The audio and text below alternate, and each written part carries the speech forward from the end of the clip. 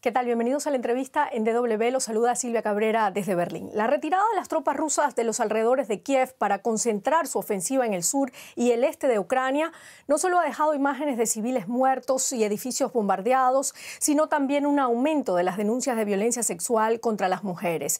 Distintas organizaciones internacionales, como la Agencia de la ONU dedicada a las mujeres o Human Rights Watch, han denunciado agresiones sexuales por parte de militares rusos. Mujeres y niñas ucranianas como botín de guerra, de eso queremos hablar hoy en esta entrevista con María McFarland Sánchez Moreno, asesora legal senior en Human Rights Watch. Saludos. Bueno, a medida que las tropas rusas se han retirado de ciudades y pueblos en la periferia de la capital, mujeres y niñas han comenzado a acudir a la policía, a los medios y a las organizaciones de los derechos humanos, de defensa de los derechos humanos, para contar atrocidades sufridas a manos de soldados rusos. ¿Cuál es la situación de las mujeres allí? ¿Están siendo utilizadas como botín de guerra? Bueno, muchas gracias. Nosotros en Human Rights Watch hemos estado en Ucrania desde el comienzo de la invasión y hemos documentado un caso de una violación por parte de soldados rusos y ha habido, como dijeron, muchas denuncias, ¿no?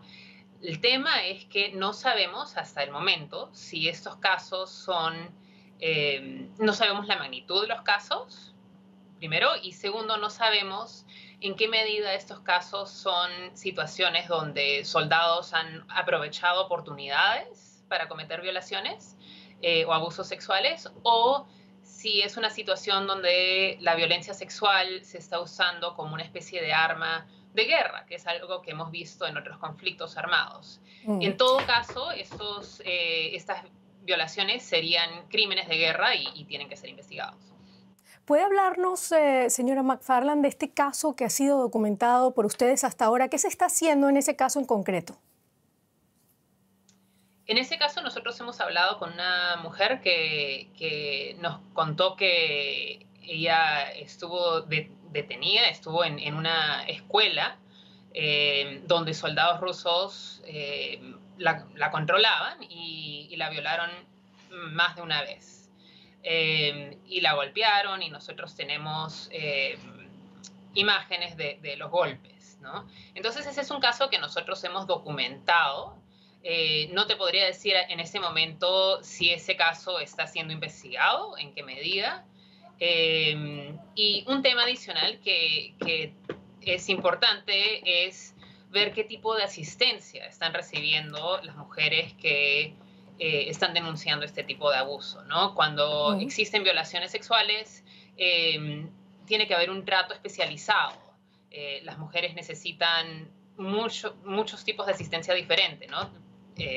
Hay la parte que es investigativa, ¿no? Conseguir las evidencias de una forma respetuosa de su dignidad, que las proteja, que no las vuelva a traumatizar, pero también hay necesidades de acceso a salud reproductiva, ¿no? Acceso al aborto, acceso a la pastilla del día siguiente, acceso a medicamento para VIH, para prevenirlo. Entonces, esas son necesidades que la comunidad internacional, obviamente en la medida de lo posible el gobierno de Ucrania, tienen que tratar de recabar esa información, ¿no? Ustedes tienen equipos allí en Ucrania. ¿Cómo se recopila esa información? ¿Cómo arman ustedes sus informes en medio de la guerra? Nosotros tenemos investigadores especializados en ir a zonas de conflicto. Tomamos medidas muy fuertes de seguridad para nuestro equipo, así que hay zonas a donde no se les permite ir, pero lo que tratamos de hacer es investigar incidentes, eventos específicos y documentar todos los detalles en torno a cada evento, ¿no? Para poder verificar qué es lo que sucedió realmente. Entonces, en un conflicto armado obviamente hay mucha confusión, es muy difícil saber exactamente qué pasó, cuál fue la intención detrás de ciertos actos, pero nosotros tratamos de recoger información que nos diga, por ejemplo, si un ataque, un bombardeo, puede haber tenido un objetivo legítimo militar o si realmente fue indiscriminado o fue, al contrario, deliberado contra civiles, ¿no? Todo esto es Bueno, como por importante ejemplo, porque para ver si se han violado las leyes de la guerra, ¿no? claro, como por ejemplo el ataque hace poco de Buja en Ucrania, el alcalde confirmó allí que las fuerzas de rusas abusaron sexualmente de 25 niñas y adolescentes. ¿Cuán grave cree usted que es la magnitud de la violencia sexual contra las mujeres ucranianas? ¿Y qué otro tipo de agresiones violentas están padeciendo en el marco de la guerra?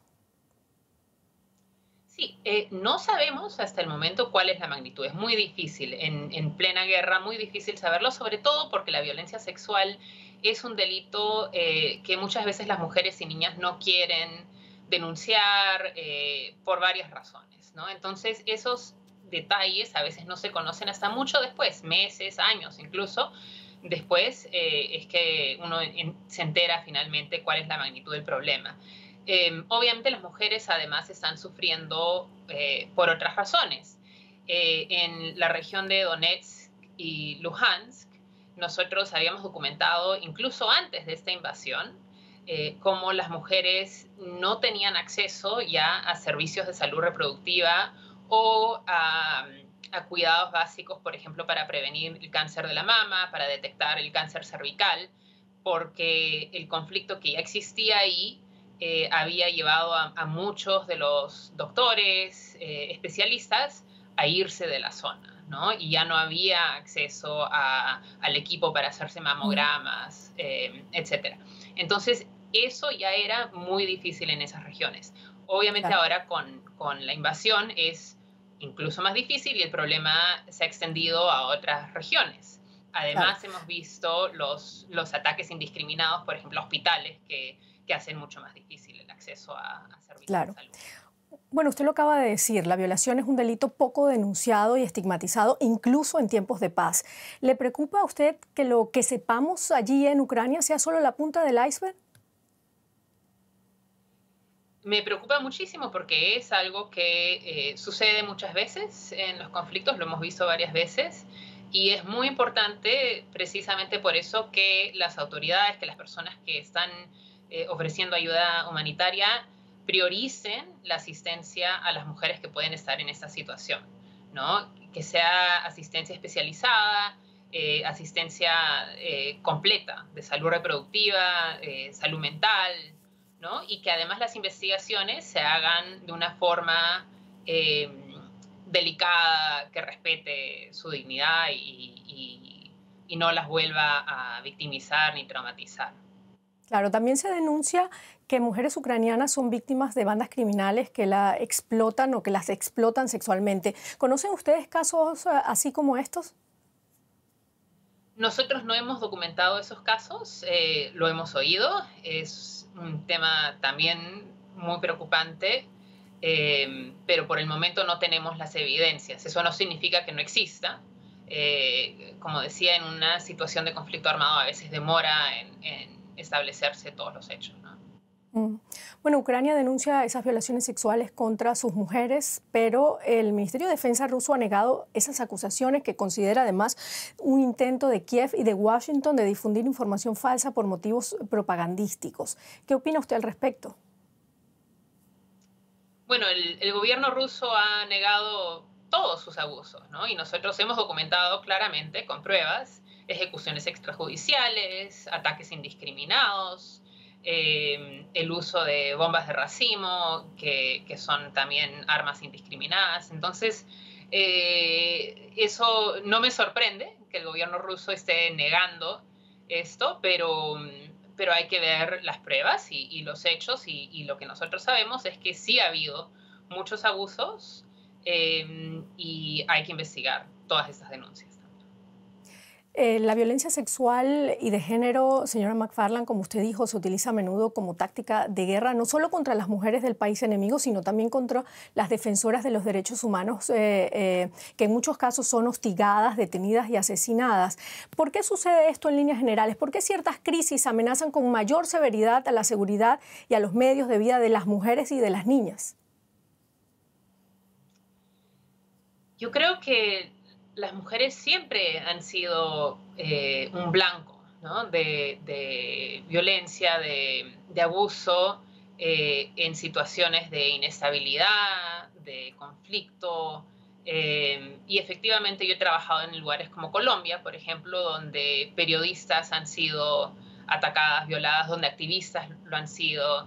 Y es una forma, dependiendo de la situación, pero en algunos casos puede ser una forma de, de expandir el terror, ¿no? Es un crimen tan doloroso para las personas afectadas, para sus familias, que en algunos casos una forma, es una especie de arma de guerra, ¿no? Es una manera de enviar un mensaje realmente aterrador. Como decía antes, en el caso ruso y en Ucrania no sabemos todavía cuál es la motivación, si estos son delitos de oportunidad, que también se dan obviamente en todos estos otros casos, o si realmente hay un esfuerzo sistemático por atacar. Las mujeres, cuando son violadas en el contexto de un conflicto, también a veces la experiencia es una forma de tortura, ¿no? Claro. Y hay que entenderlo de esa manera. Existe el temor de que el trauma causado por el uso de la violencia, los abusos, la explotación provoque en los próximos años un profundo sufrimiento dentro de la sociedad ucraniana. ¿Cómo se puede combatir la impunidad, prevenir la discriminación y evitar que se sigan cometiendo atrocidades en tiempos de guerra contra las mujeres, claro? Bueno, ese es un tema que nosotros lo trabajamos constantemente, ¿no? El esfuerzo de organizaciones como Human Rights Watch es por hacer que se cumplan las leyes de la guerra, por destapar lo que está sucediendo, porque se conozca la verdad y por hacer justicia. Ujú. Yo creo que mientras más países, más organizaciones, más personas insistan sobre la importancia de proteger a la población civil, proteger a las mujeres, incluso en un conflicto armado, eh, más, más posibilidades tenemos de evitar estos problemas. Por Es algo supuesto. que está en construcción, ¿no? La justicia internacional ha avanzado mucho, tenemos una Corte Penal Internacional, tenemos casos en distintos países, pero también hay mucho camino por recorrer Claro. y es algo por lo cual tenemos que luchar constantemente. Así es. Muchísimas gracias por esta entrevista, María McFarland Sánchez Moreno, asesora legal senior en Human Rights Watch. Muchas gracias a ustedes.